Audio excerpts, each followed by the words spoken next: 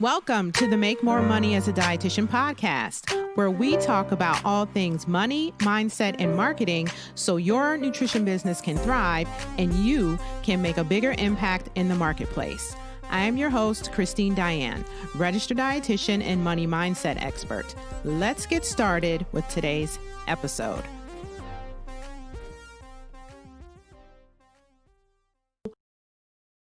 Friend, welcome back to another episode of Make More Money as a Dietitian. I'm your host, Christine Diane Thompson, and as usual, I'm super happy to be here today, and I'm excited. We're into a new month. It's September by the time you are listening to this, although I'm recording this back in August, but by the time you listen to this, it's September, and I'm excited. I'm excited for this new month. I'm excited for new opportunities that will come in the form of big opportunities and small opportunities as well. I am always in the spirit of expectation and curiosity, and I want to invite you to have that same spirit this month. If things haven't been going your way, if things haven't been going as you had expected it, as it has been, I would assume for most of us in the year of 2020, I want to invite you to start this month off with the spirit of curiosity and expectation of good things, and being curious as to what they will be, right? Like, let us just expect good things. And I'm sure that by the end of this month, there will be at least one thing that has happened for you and for me, all of us. One thing, one good thing will come out of the month of September. Like, I'm really sure of that, even if it's a small thing, you know. I think a lot of times, you guys, we tend to expect these huge, grandiose things.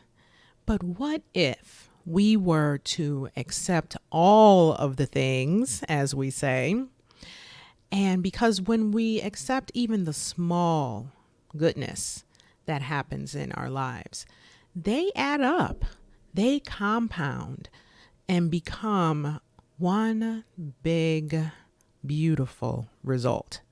Right? Like, one big, beautiful result can come from all of the little things that have come along the way. I once read this book and it talked about the compound effect. And I wonder if that was the name of the book. I seriously don't even remember, but it kind of blew my mind. Like, before I read the book, I had never really thought about the compound effect and how the small things really lead up to one really great manifestation of something great, you know? And then it got me to thinking about my journey along the way, and also had me really thinking about, like, yeah, even though it was a little bit crappy along the way, there were some really good teaching moments. There was some really good things. Like, I feel like a lot of the trials and tribulations that I have gone through to get to this point, I'm able to share them with you guys. And to me, that in itself is just a blessing. If I can share with you just one thing that helps to shift your perspective on what you may be going through or how you can do things differently, to me, that's worth $1 million, right? So let us not despise the small things and the small beginnings, because I can almost guarantee you some of these trials that you may be going through, even this year, they're gonna serve you well in the future. And let me tell you another little secret. It really isn't about you. It isn't all about you, right? I think as humans, we sometimes get so caught up in ourselves, and we forget that our life isn't really just only about us. It isn't only about our success, but it is about all of us. All of us. We're all one big ecosystem. And I remember not too long ago, it may have been last month or even the month before, I was in my morning prayer moment. And I just remember God saying to me, Christine, this isn't only about you, dear. This is not just about you. It is about everyone that crosses your path. It is about your family. It is about your inner circle of friends. It is about your colleagues. Your life isn't just meant for you. So, my friend, I want to share that with you because I believe that is a message that wasn't just for me, but it's for all of us to remember that our lives and our experiences is not only meant for us, it is meant for everyone that crosses our paths, our families, our inner circle of friends, our colleagues, everyone, right? All right. So that is my spiel for the intro of this podcast. But let's talk about why you're not making money. If you're not making money in your business, especially. I'm not going to get into why you're not making money as an employee because that's a whole other can of worms, right? There's so many reasons why dietitians may not be making money as an employee. And I don't want to get into that. Not right now, at least. Before I even get started with this topic, I will say people are always asking me to talk to them or maybe even do like a presentation on negotiating salaries as an employee. And while I could do that, that is not my area of expertise, y'all. Okay. So I just want to tell you right now, if you're even thinking about asking me to come on a platform to talk to your boss or your organization, your whatever about how to better to negotiate rates for someone who's in the employee setting, I'm probably going to say no, I'm not doing that because that is a big can of worms. I mean, you got to like fight through all kinds of things. And, there's so many different government agencies that are involved in that whole rate setting for people in healthcare. And oh my goodness, God. Now, it can be done. Don't feel discouraged, but it isn't the path of least resistance, so to speak. And I'm all about here making it, I'm all about making it a little bit easier for us as dietitians. So let's talk about why you're not making money in your private practice. How about that? Let's talk about that. Now, this information that I'm going to give you today comes directly from my experience personally and my experience of working with clients. Y'all, oh my goodness, God.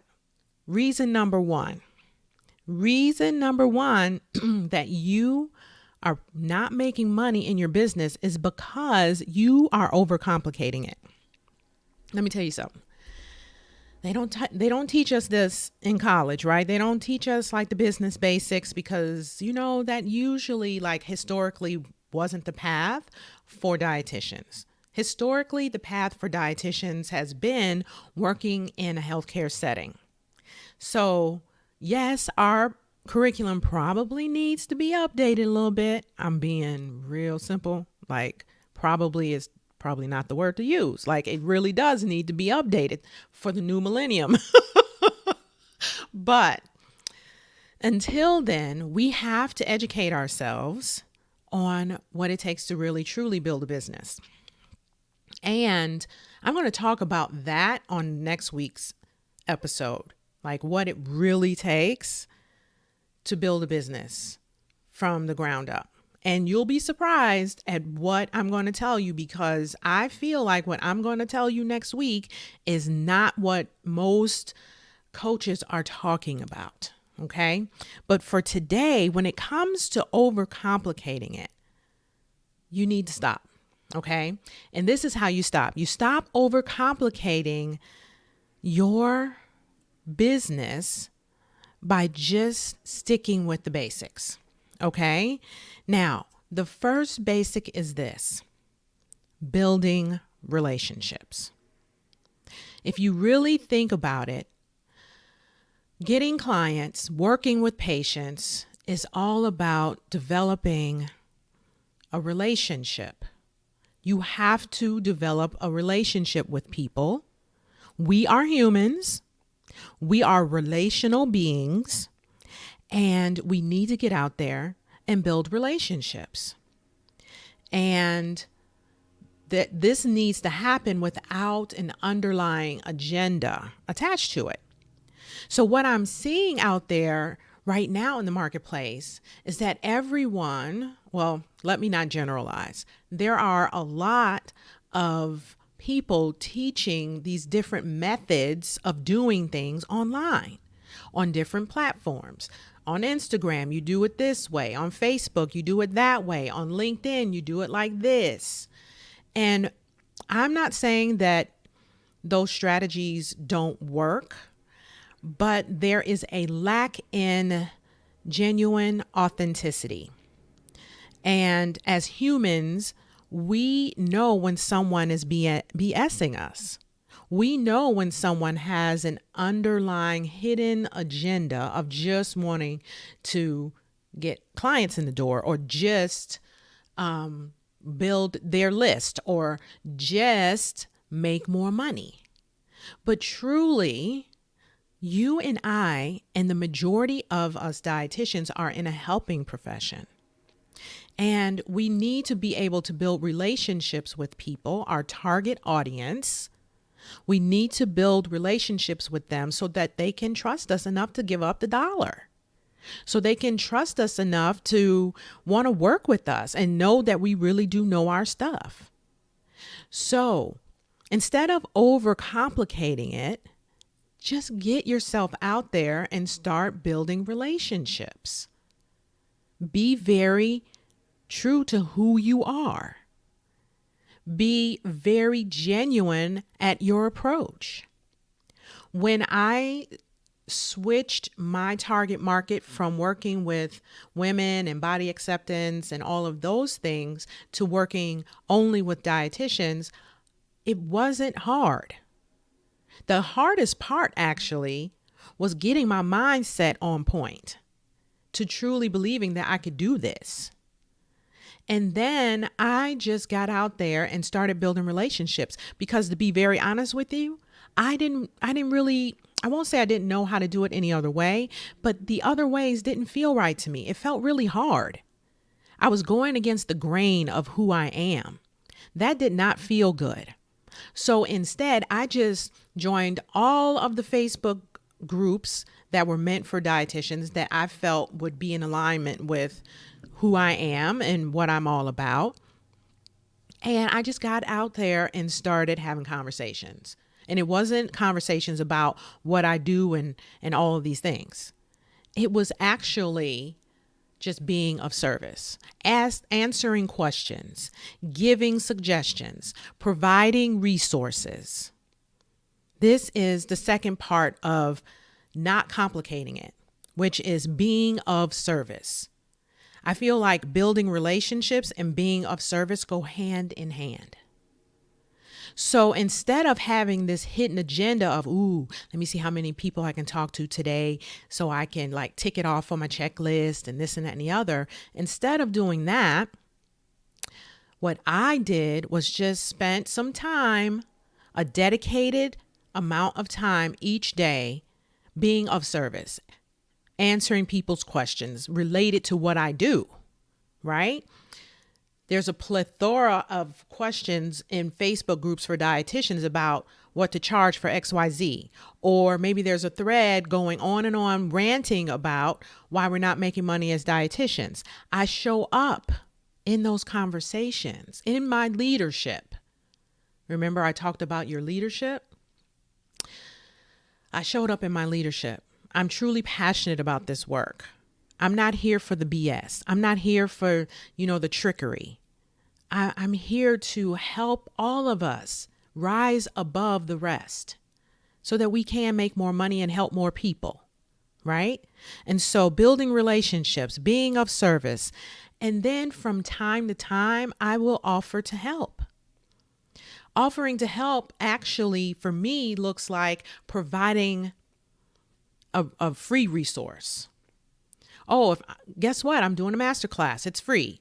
Guess what? I have this PDF on how to schedule your time better. It's free. Offering to help. Look, you guys, every single client that I'm working with now privately, just about every single one of them came to me. And I have a full practice. I did not do a full out campaign or a funnel and spend money on ads and all of this stuff. I didn't. And I won't. Maybe not now, maybe later, but for now, no. Why? Because what I'm doing is genuine and it's working and I'm building relationships and I have people constantly messaging me and emailing me to now write articles and participate on panels and doing workshops for organizations and all these things just because I showed up. Because I showed up as my genuine, authentic self and I built relationships and I showed how I can be of service and I provided resources to help. And now I have a following.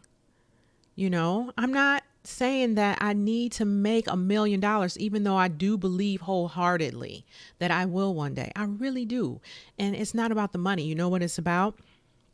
When I reach that milestone, it will be about more than just what the money represents.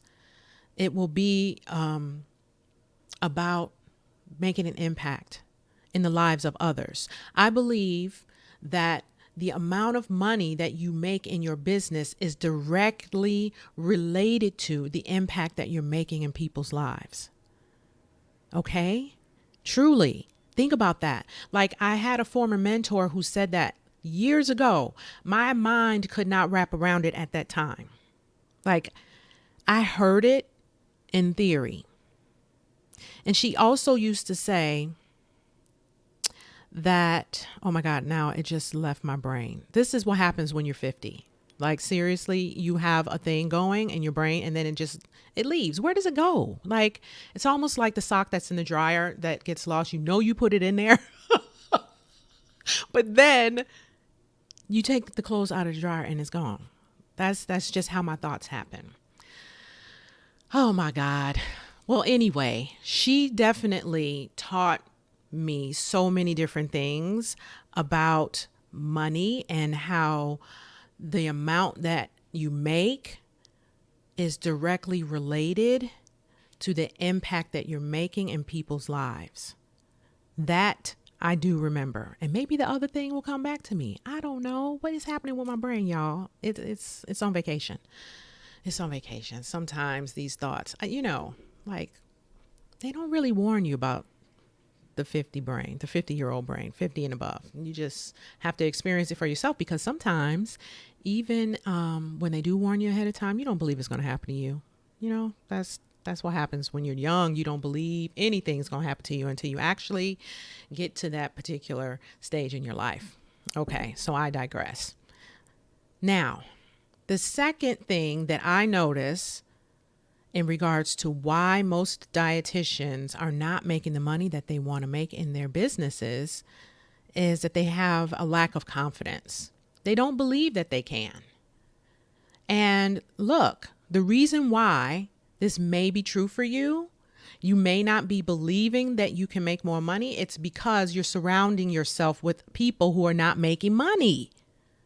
You are surrounding yourself with people who are complaining and talking all about the whole, the academy needs to do this and the academy is that, and they're not supporting you. If you're surrounding yourself with those people, you're going to stay right with those people.